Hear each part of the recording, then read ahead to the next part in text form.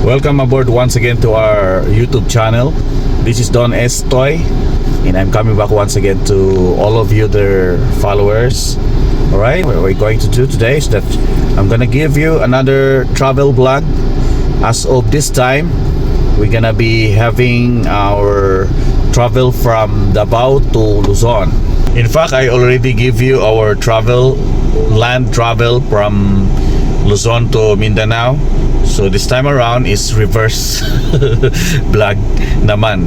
Okay, so we're going to Manila, going to Nueva Ecija, gamit po ang ating Ford WILDTRAK. So to all of our friends who just visited this time around, so I'm just inviting you to join us over in our YouTube channel, to please subscribe and also click our notification bell so you can be notified as much as we do a lot of videos in the future. Samahan niyo po ako sa ating vlog na to, mga details on magkano yung mga fare and as much as mga important landmarks. Alright, and of course at lahat po yan ay ihatid natin sa inyo, so just stay close. So as of this time around, we're going to Surigao. I think we're gonna be staying in Surigao City because parang hindi na natin maabutan yung barko to Liloan. Alright, so stay close and enjoy the rest of the video.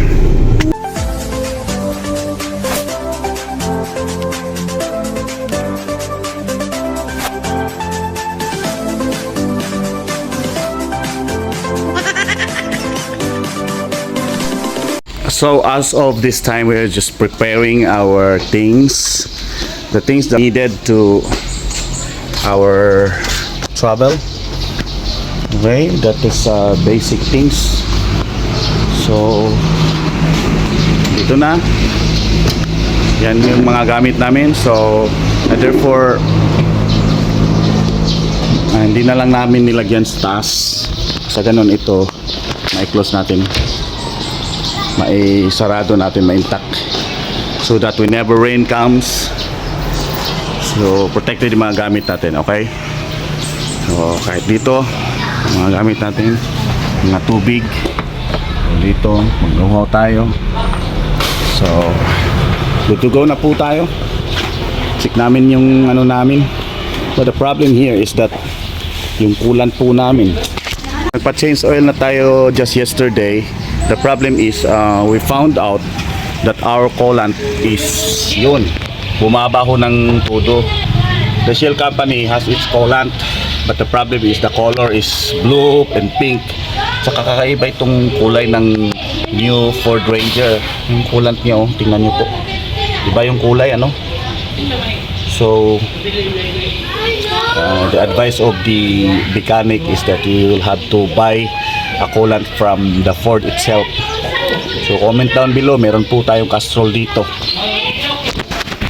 So far meron tayong Castrol na coolant, but the problem is dinala ko na lang yun because branded din naman ang coolant na yun, no, for ano lang, depensa lang po.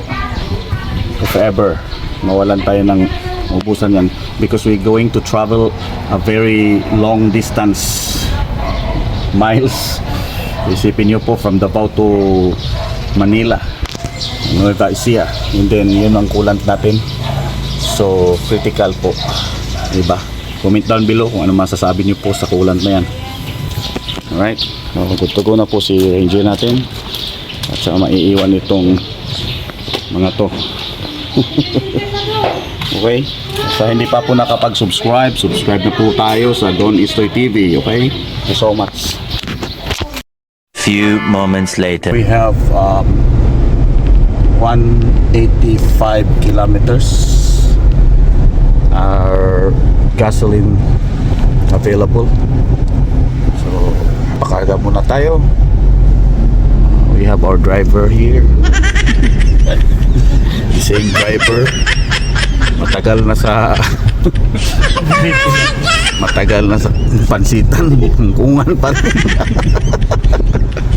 Okay, so let's get ready. We're bound to Manila. Fasten your seatbelt. Diyan dapat. So, pakarga muna tayo. This is your captain speaking. Sarado. Sarado. Captain, sarado. U-turn tayo. U-turn? Direta. Mag-U-turn ta. Captain saka. We're still here in Mintal, Davao City. And okay, so the gasoline or the diesel is 47.70. Doon lang sa kanilang kuan. Pero dito is 46 yan. Alright, so magpa full tank muna tayo for the meantime. Here, our driver. So welcome aboard once again to all of our followers. This is your Don Estos coming back once again, and 2944. today we're gonna have another travel vlog with you because we're heading to Manila. I'm gonna give you Davao to Manila travel. Okay, daan na po yung ating fuel. So just while ago it is 185 kilometer. Now for the full tank is 665 kilometer. We paid about 2,945 for the full tank. Alright, so there we go. So right now, after we did a lot of transactions, finally we're going to depart Davao City here at SM. Alright, so give it a check right now pieces. Our time right now it's 3:42 in the afternoon, and approximately we can arrive at Surigao at around 10 or 11 p.m. So better hang on as we give you right now some details of our travel. Okay, and as much as we are having this man behind the wheels. Here we go. One eternity later. Alright guys, as what I have shown to you just a while ago, that our coolant is a critical level right now. So we just agreed to buy a new one. It's a 1 gallon and its price range to 1,007 plus here in Fort Davao. So here, but the problem unfortunately is that needed to have the ORCR. I don't know. It might be for the recording as well. Here it is. That's why we have a situation here. We're just waiting here a couple of minutes right now, so we can go beyond our travel.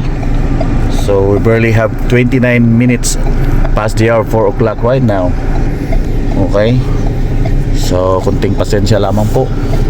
I don't know, because we do have only a one service center here in Davao City for this Ford. That's why I really noticed some of the other companies might have their 2 or 3 branches of service provider, but right here unfortunately we do have only single service center. This is gonna be the situation right here in Davao City. When the vehicle is going to enter the city, it got to be the problem of heavy traffic, because it's gonna be a rush hour right now. So if you are going outside Davao, so you can see that in the way is very wide, as well as much as the other side of the road. All right, it's gonna be heavy traffic. So that's gonna be the situation here. And this is the north side, I mean the south side of Davao City, going outside Lanang particularly. However, on the reverse side, the north side is the Matina. And well, you can see here. So finally, after an hour of entertaining, we purchased a new 1 gallon coolant. So here it is. We've just come along the way. We are now departing Davao City at around 4 o'clock and 40 minutes in the afternoon. Okay, hopefully our travel will be going okay. Will be going all right. There's no hassle of going out. So here we go. Let's continue traveling. Hi, Mr. Driver. Just drive relax. Fortunately mga guys, naabutan ho tayo ng matinding traffic ngayon. So you get 4:52 in the afternoon now, and unfortunately we're still here in the part of Davao City.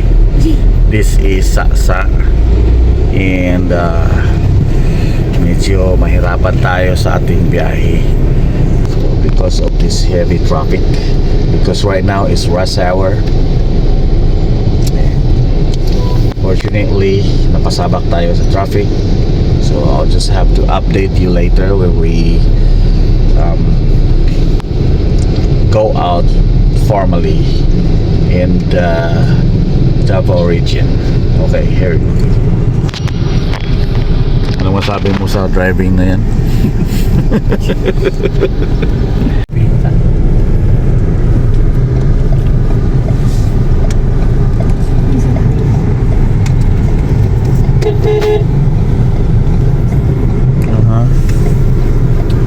It's a big car. Lagi. Taas mo kay pila. This is the right side. Ito po yung pila na papuntang Samal Island. So maybe they will be going to spend their time go hopping, island hopping. Okay, we don't know yet. So we just have to update later for our travel. Maybe we will take our meal in Carmen, Davao del Norte. Oh, we've come up na to Panabo City. Looks like Alright, this is gonna be Panabo City right now. The time is around 27 after 5 o'clock. Okay, we are now heading to Panabo City. This is the Panabo Integrated Terminal. Okay, so ito po ang kauna-unahang syudad, or make it the first city after Davao. Alright, this is the Panabo City, ladies and gentlemen. Here we go. So sa ganitong oras ay normal lang ang traffic dito. Hindi gaanong traffic compared to Davao.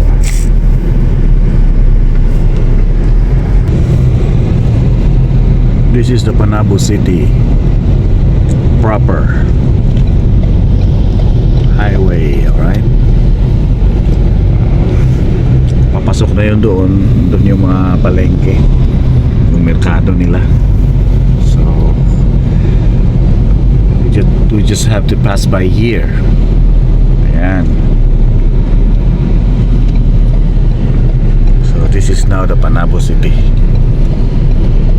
Okay, so we'll be heading this way, and this is the bridge, a newly built bridge. Okay, just like in Tagum, a multi-billion project of the government which was recently built. So matadaanan natin mamaya-maya. Okay, so this is not a bridge, and the trucks are there along the highway. This is the bridge of Panabo City. Just let you look at the whole picture of Panabo City, what it looks like today.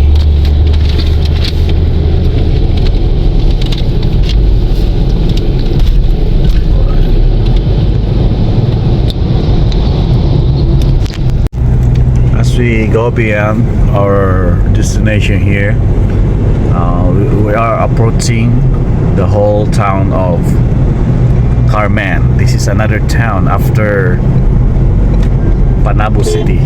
Okay, this is the whole town of Carmen. So I'll let it show. That one, love Carmen. Okay, so come to Carmen. Dito po ninyo makikita yung mga balutan. So where you can found A lot of sellers of balut vendors here in Carmen.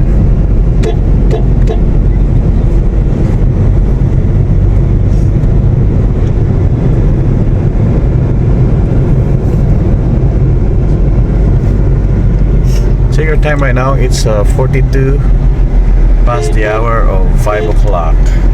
Alright, so heading that way.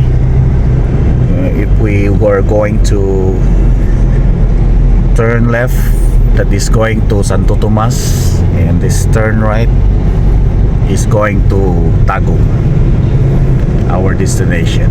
That way, okay. It's going to Santo Tomas. Okay.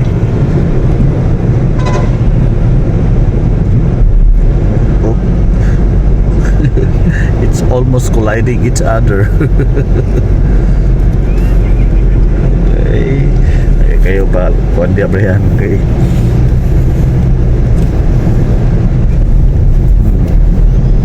Yung unahan na lang. Dali na.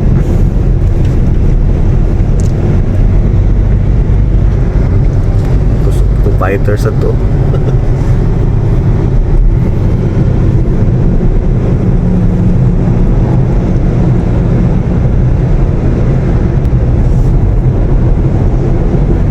I let you show the balut vendors here left and right here in Carmen. It just only started by one vendor, and then it thoroughly they're existing because we Filipino, that is gonna be our behavior. Okay, that one you see there, that is a balut vendors around there, around here. Gonna be one which is existing, which is penetrating and most sellable. Everyone would follow, right? We'll be going to have a traffic delay here because of the construction of that bridge here. I don't know, that bridge is going to be constructed 10 years in the making. Until now, fortunately, di pa rin na tatapos. Okay, so that's why naabala yung mga travelers and commuters here. Alright, here on this side, we have a lot of balut vendors. They're not selling only balut, but all the snacks which is sellable, like popcorn, like mani, ang merienda, yung puto maya, or something that you can have as a fast food. Alright, so dito mo makikita yan.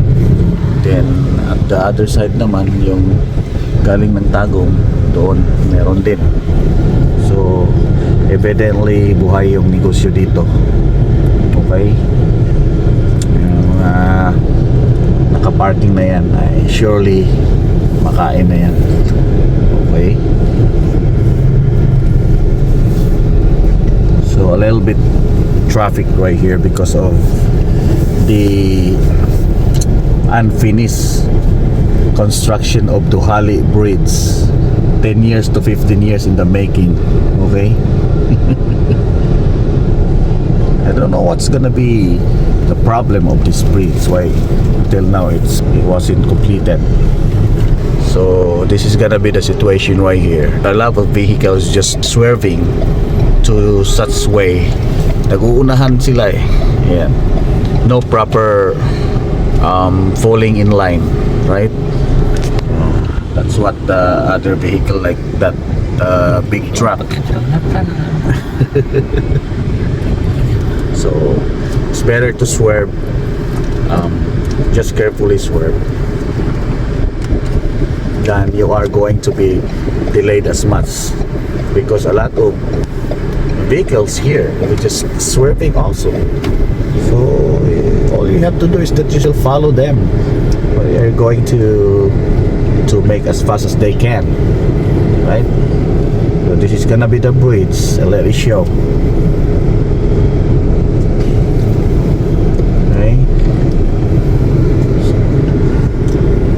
gonna be the old Ranger WILDTRAK.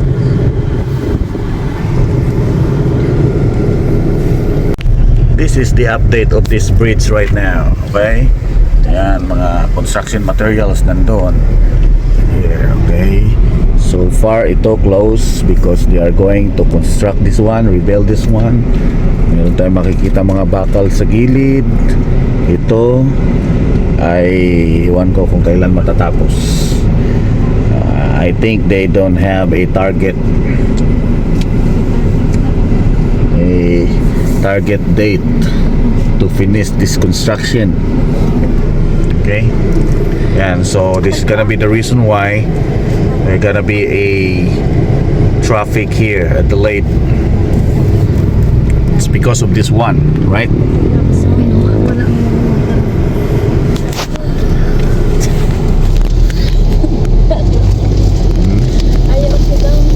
I just thought that they are working 24 hours, but here you can see nakatambay lang po mga construction material na yan, mga heavy equipment nakatambay lang po.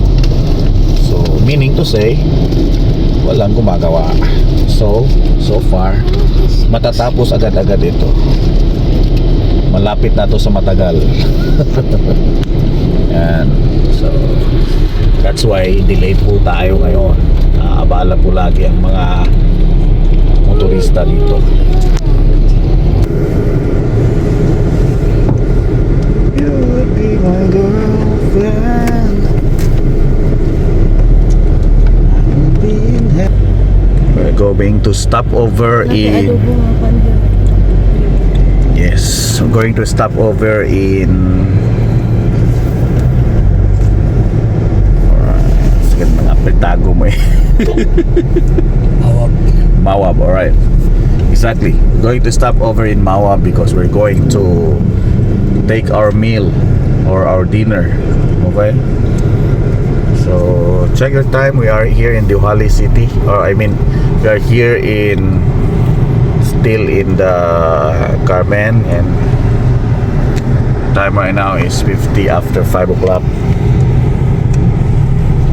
2 very boring minutes later. We just arrived here in Tagum City, Davao del Norte.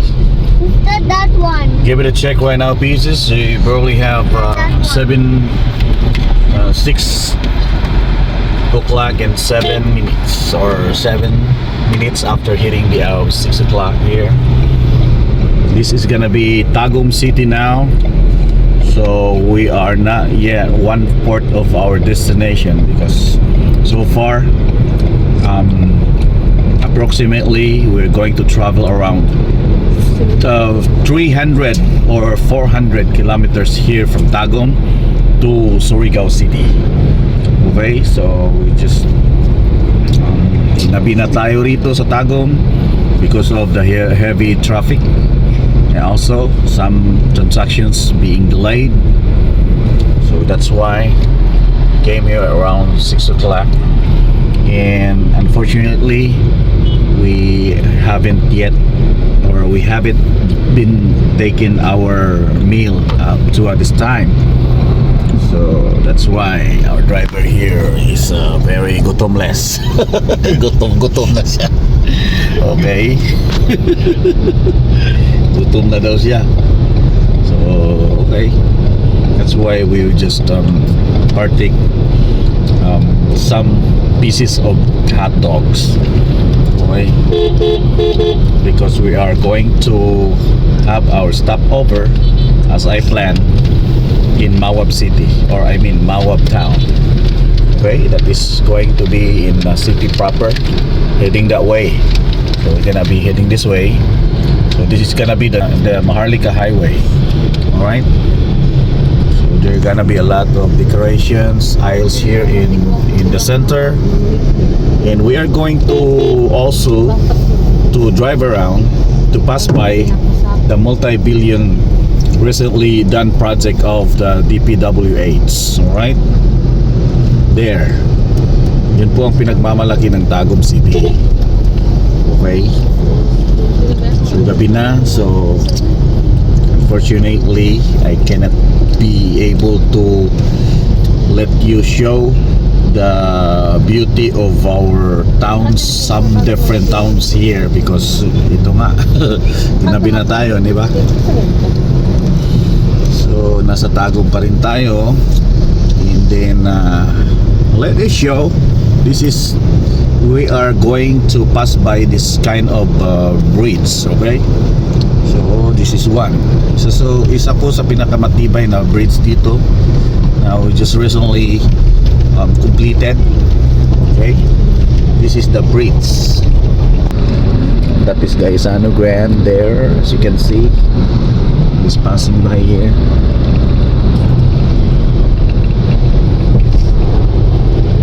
And there is the Gaisano Mall of Tagum. Okay, we're just passing by our store branch right there. Okay, that is Gaisano Mall of Tagum there. Yeah.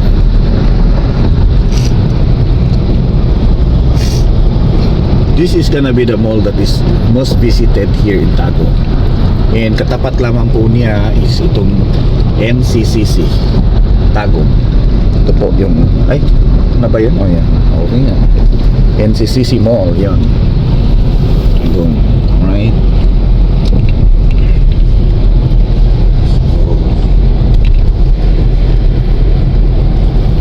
Maybe makakarating tayo ng Surigao nito mga around 11 or 12. Anyway, as long as there's no hassle of traveling, we just have to hope and pray for that. The way how it looks like here heading to Mawab from Tagum, kaya lang unfortunately madilim, di natin makikita yung mga daanan so far. Talagang paliko-liko po ito, parang bituka ng manok, kaya lang cannot see around because it's night time. And ang advantage po nito, maganda nito, ay 6 lanes po ito. As you can see, 6 lanes, pero nga bawal sa mga yung mga nahihilo, kaya talagang magsusuka dito sa daanan na to. Okay,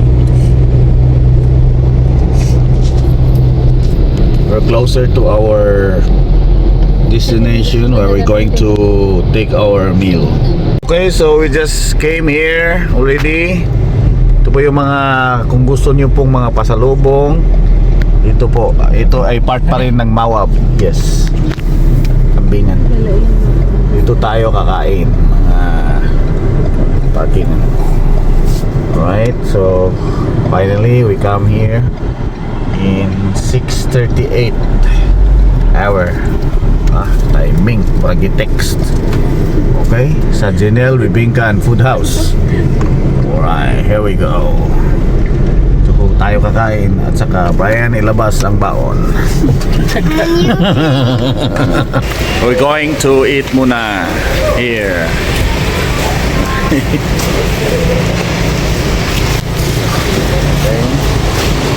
Brian, Manila na ba to? shout out. Lubong here. I want Order ba may Andre? Adonis toy. Ay. Ay, kinilaw mix. Kinilaw. Sugulupan ba? Sige siya. Kinilaw ko ah. Kinilaw. Tapos, saan yung sabaw? Sabaw kanin.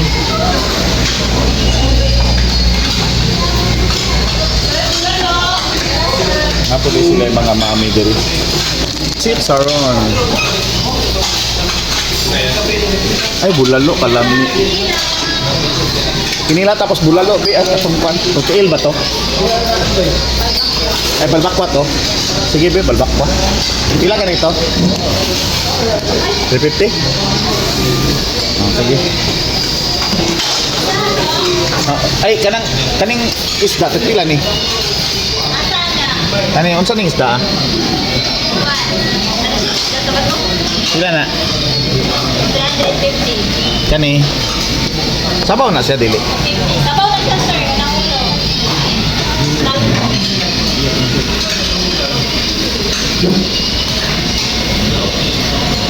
Ay katulad lang bulalo ako pinamangod ni baon. Bulalo. Ay katong bulalo atong tiil ha. Ay balbakwa de, balbakwa. Sorry. Ben.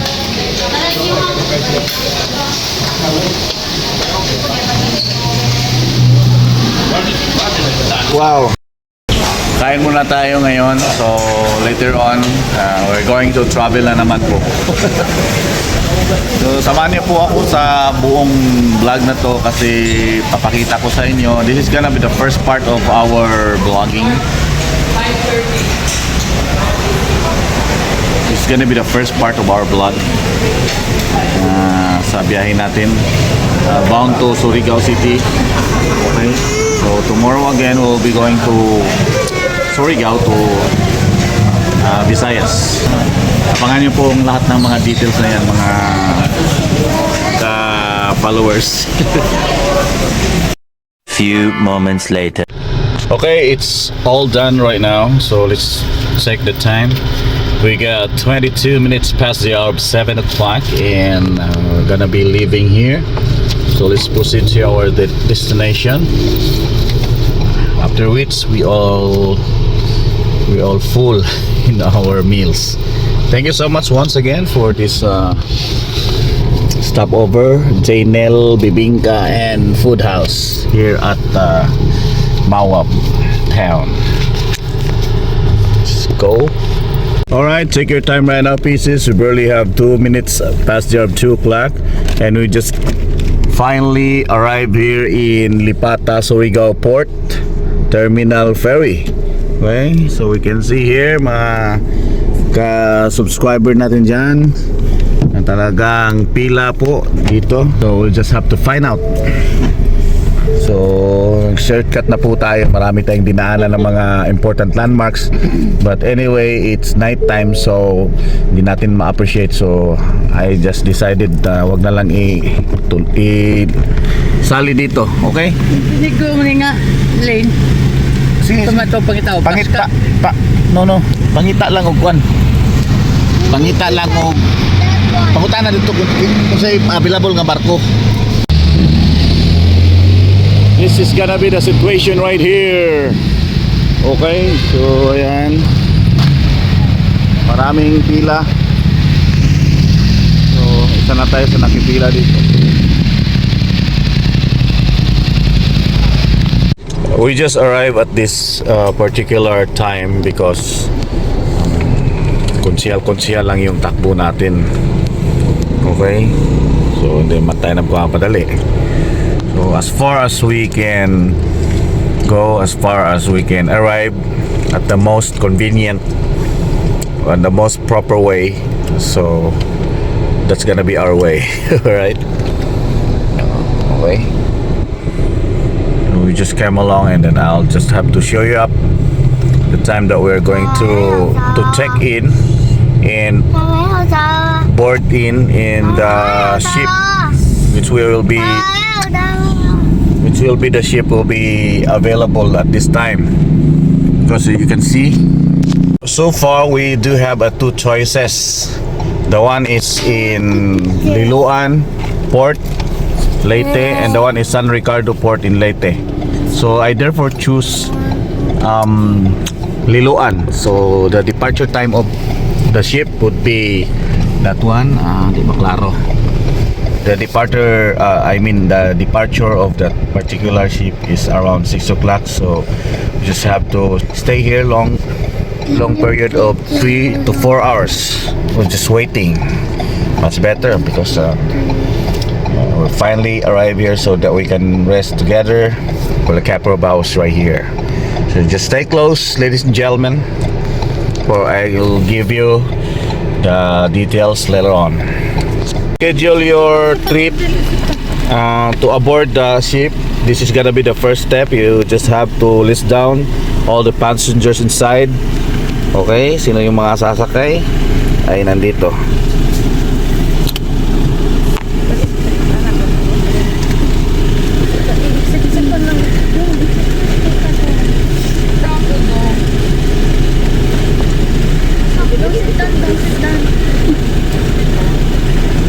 Okay, so you have to list down the sex, age, and address. And all of your information, basahin nyo na lang po. San Juanico Bridge limited to vehicles weighing 3 tons and below. Those traversing the bridge must use the center line, proceeding one at a time, and should follow all on-site traffic directions. Okay, that's gonna be a public advisory sa San Juanico Bridge sa mga nagbabalak. Okay, ito na po yung mga information natin sa inyo. Klarong-klaro, ano? So far, while waiting here, coffee muna tayo. Have a coffee break. Okay, so that's lang egg. Okay. That's April. Okay. Invite them to subscribe Don Istoy. Please subscribe or like. Don Istoy TV. Gumistoy. Gumistoy TV. Siya. Ito Brian Gumistoy. Gumistoy ka na. Okay. Alright, so Hot, very hot. okay na tayo kay meron na tayong ticket. Ang sinakyan naming barko ay Montenegro. And ito ang kaniyang fare. Magkano ba yan? 5,365. 5,000. 665. 365. 4,000 eh, so ticket ninyo matinag. Okay. So ito po lahat. 4,000 nasakyanan. 4,000 ang Sakyan. sasakyan. So Ang ticket all in all Adult. for 8 passengers, 3 bata, 5 adult. 7 lang na. Ay 7. Di kasali ang driver kasi ang driver ay free. Palanguyon lang daw. Okay, so all in all 3,200, 4,000. So it should be 7,200 ba yan? Hindi. Saan mo man eh. 370 ang adult kada isa. Sunod 185 ang mga bata. 185. So I don't know. So ang nabayaran 5,365. So all in all ang nabayaran ho namin ay 5,365. 65. Okay. So for the meantime, ito muna tayo while waiting kasi yung barko ay darating ng around 6 o'clock. Right? Pwede nang musulod. Pwede na daw musulod pero wala pa yung barko. Okay, so si 4D natin ay just waiting there. Ano? Kada tuyok ligid na ibayad. Okay, so 130 na po. balik natin akong driver na to Dre kay naa daw additional nga 130 sa PPA. Grabe. Okay, ingnan ganyan ako pag umangkon ko ni di na daw. Alright. Go there. Ayan. Daddy.